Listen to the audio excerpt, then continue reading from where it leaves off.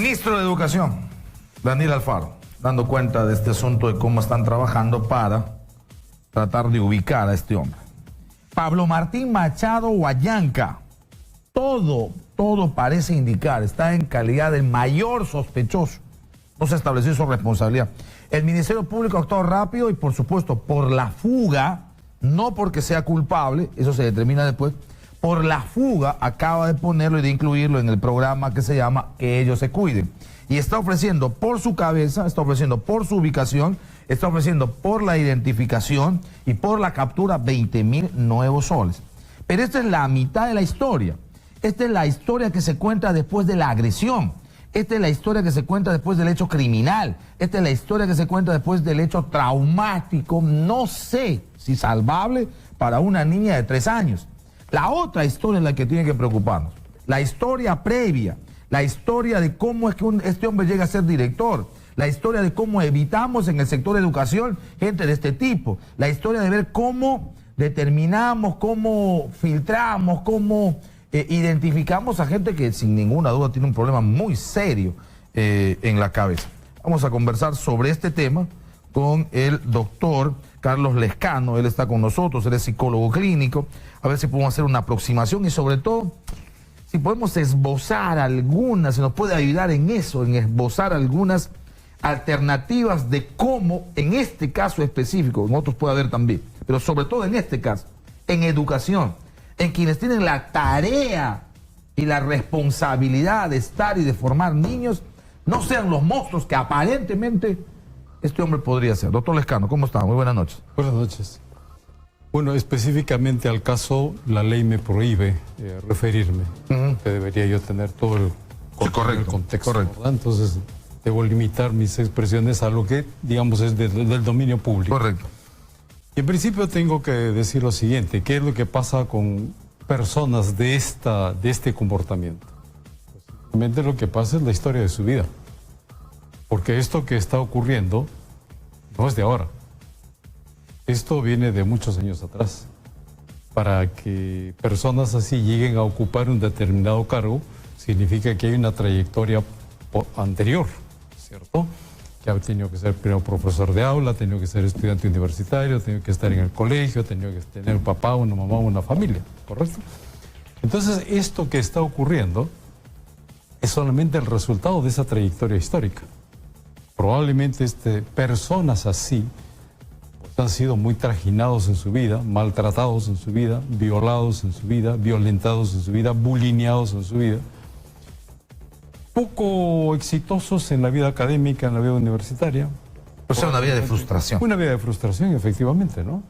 Y probablemente... ¿Y le da una carga emotiva de qué? ¿De rabia? ¿De venganza? Principalmente una carga de contenido psicopático fuerte.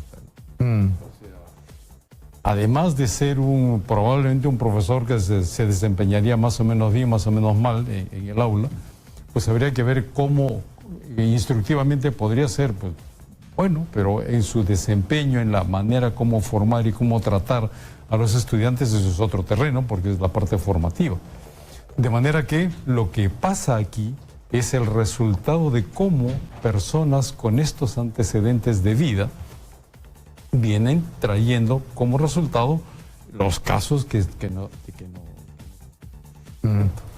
¿Es posible establecer filtros, digamos, en la tarea del ministro de Educación, en la tarea del Estado peruano, del Ejecutivo, del Congreso, de decir, bueno, vamos a poner un pare y necesitamos ver a quién ponga en aulas? Y esto tiene que ver con hombre y con mujer, ¿eh? Sí, porque claro, estamos ahora hablando de un hombre, eso no libera de reposar la posibilidad que haya mujeres que también tengan esas psicopatías de las que se está hablando, ¿no? Y de hecho ha habido, claro que sí.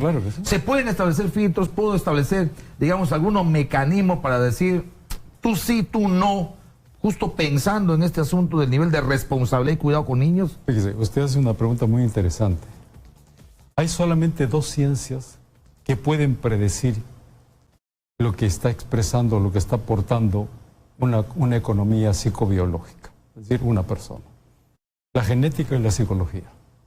Son las 2 únicas que podemos predecir qué cosa aporta esa persona y qué cosa puede dispararse en esa persona de acuerdo al ambioma en el que se encuentre. Entonces sí, La ley también establece. En esto debemos tener bien claro algo. La psicología es una ciencia de la salud, no es una ciencia social. La psicología es una ciencia que está hecha para diagnosticar, para dar tratamientos, para hacer evaluaciones, para prevenir y para hacer acciones de prevención social en el ámbito de la salud mental y de la salud psicológica de la población. Existe una ley, que es la ley 29719, que establece que por lo menos debe haber un psicólogo en cada colegio. Hay un malentendido, probablemente esto ya vaya a arreglarse en estos días con este nuevo ministro, en que se pensaba que los profesores también podían hacer la labor de un psicólogo.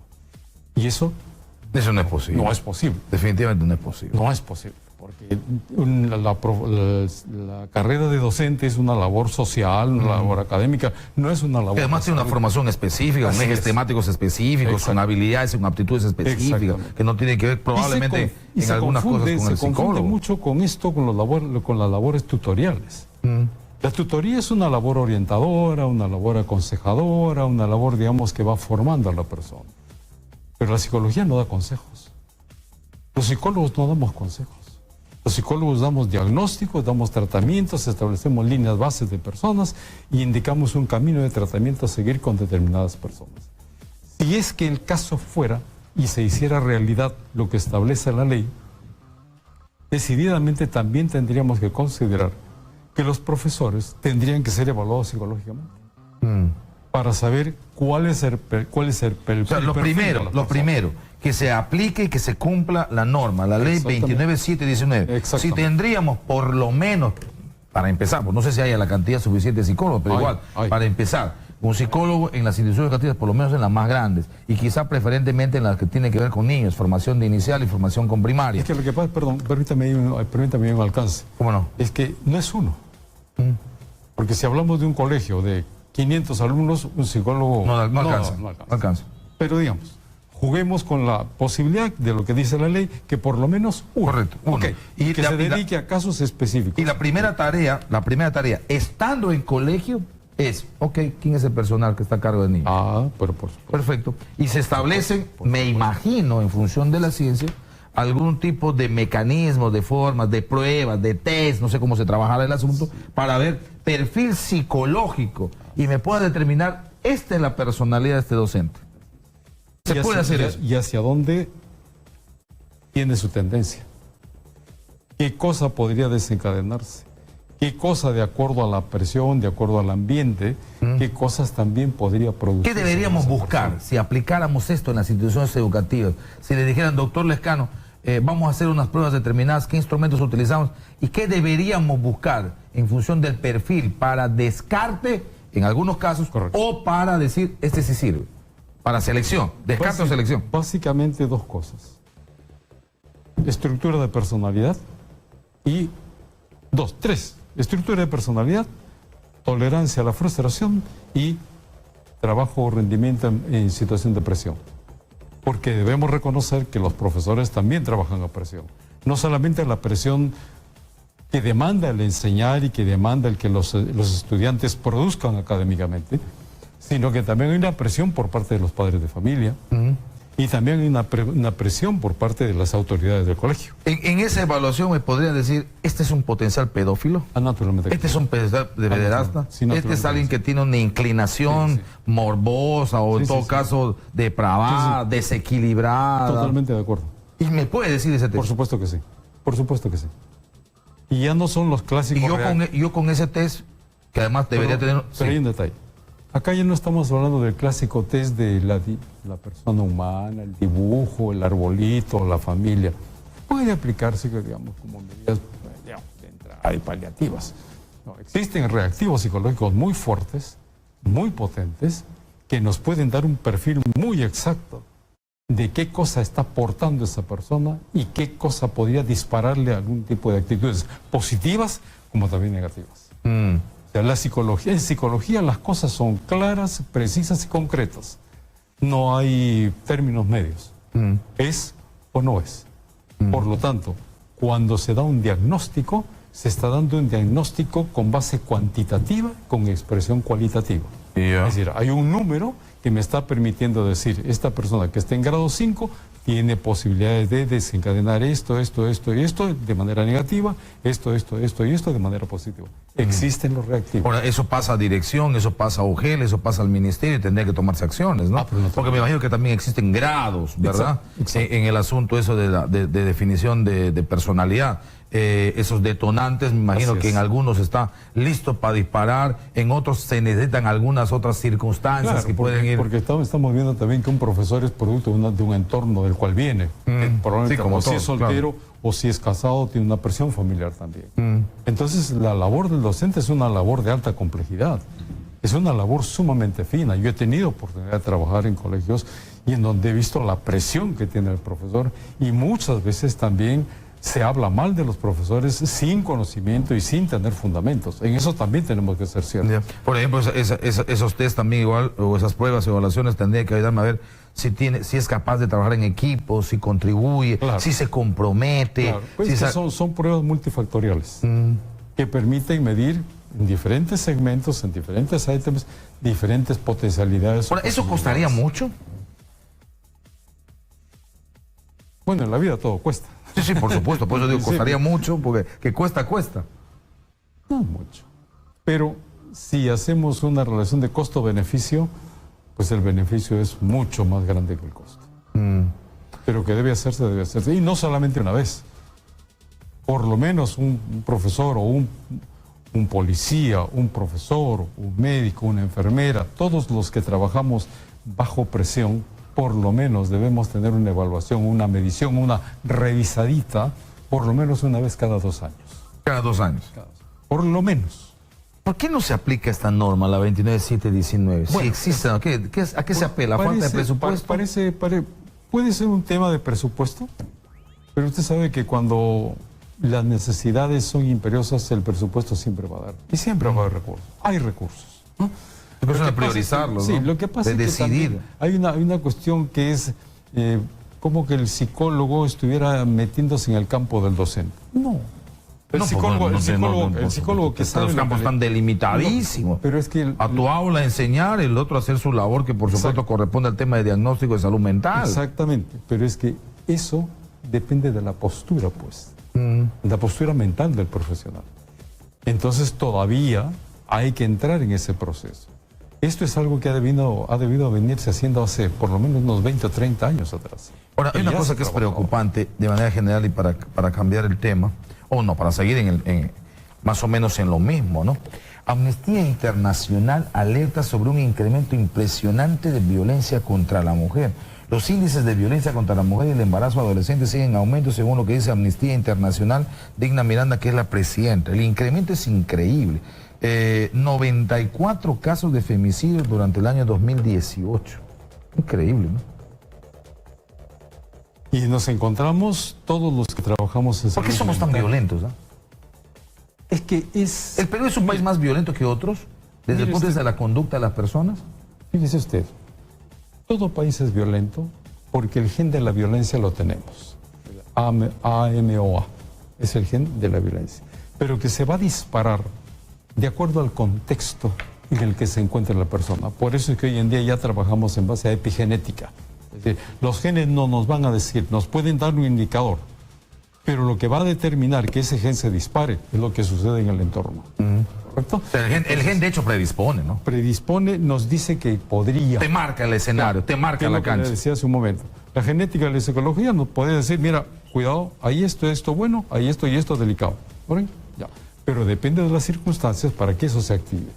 Ahora, ¿qué pasa en nuestro país? Y sobre todo en estos 2 o 3 últimos años, en donde hemos tenido un contexto social y político sumamente cargado de incertidumbre y cargado de inestabilidad. No hablemos de culpas. Vamos, porque todos hemos contribuido y todos hemos puesto nuestra cuota para que las cosas estén como estén. ¿Correcto? Pero el asunto está en qué medida las colectividades van siendo conscientes de que es necesario hacer determinados ajustes en los usos y costumbres, en las cosas del día a día. ¿En qué medida el varón está dispuesto hoy en día también a asumir roles que antes no asumía? ¿En cuánto es necesario que baje ese chafo, incómodo machismo, que es el que está haciendo el caldo de cultivo para todo esto que viene ocurriendo, como el caso que hemos tratado ahora, como el que hace referencia a Amnistía Internacional. Entonces, nos encontramos ante una situación en la cual amerita que el trabajo y los trabajos en acciones de salud mental sean cada vez más eficientes y que tengan mayor apertura por todas las instituciones. Felizmente en los campos de la empresa, los psicólogos organizacionales están desarrollando una labor muy interesante, muy bien, y en el campo educativo, los psicólogos educacionales en los lugares donde hay, están haciendo un buen trabajo. Ayudaría la educación a acabar con temas como el machismo, además de discriminación a la mujer, violencia contra la mujer. Además de eso, ayudaría a que la producción académica de cada alumno sea mucho mejor. Y entonces estamos hablando de producción académica en cuanto a instrucción y estamos hablando de un aspecto formativo, continente y contenido. Ya está. Correcto. Entonces, por tanto, el concepto de equidad de género transversal en toda la formación educativa, que lo que busca es quitar estereotipos, quitar prejuicios, manejar temas de respeto, establecer el asunto de igualdad de oportunidades, sí es válido. Pero ha debido ser válido siempre. ¿Cuál es el problema? Ha debido ser válido siempre. La mujer, la condición humana es la misma en el hombre y en la mujer. Y por lo tanto los derechos exactamente también son los mismos. ¿Por qué se le tiene que pagar a un varón más que a una mujer? Por hacer la misma labor. No, igual. Disminuiríamos niveles de violencia, disminuiríamos embarazos no deseados. Totalmente, y sobre todo embarazos no deseados. Mire, yo trabajo en reproducción asistida. Y tengo que ver muchos de estos casos. Y los descartes que son necesarios hacer, cada día se nota la necesidad de los descartes previos en todo proceso de reproducción asistida. ¿Por qué? Porque estamos trayendo vidas, no estamos trayendo claro, huesos, por supuesto. cabezas, no estamos trayendo estados vivenciales que van a tener una repercusión positiva o negativa y que procuraremos que sean lo menos posible, como los casos que nos ha tocado atender. Muy bien. Doctor Carlos Lecano, muchas gracias. Al contrario. Psicólogo clínico Carlos Lecano hablando de estos temas y sobre la necesidad concretita de aplicar la norma 29719. Mínimamente un psicólogo por colegio, la norma lo manda. Haríamos un gran trabajo y evitaríamos lo de Chincha y lo que ocurre en muchas partes del país. Nos vamos a la pausa, retornamos, estamos en Exitosa, la radio del Perú.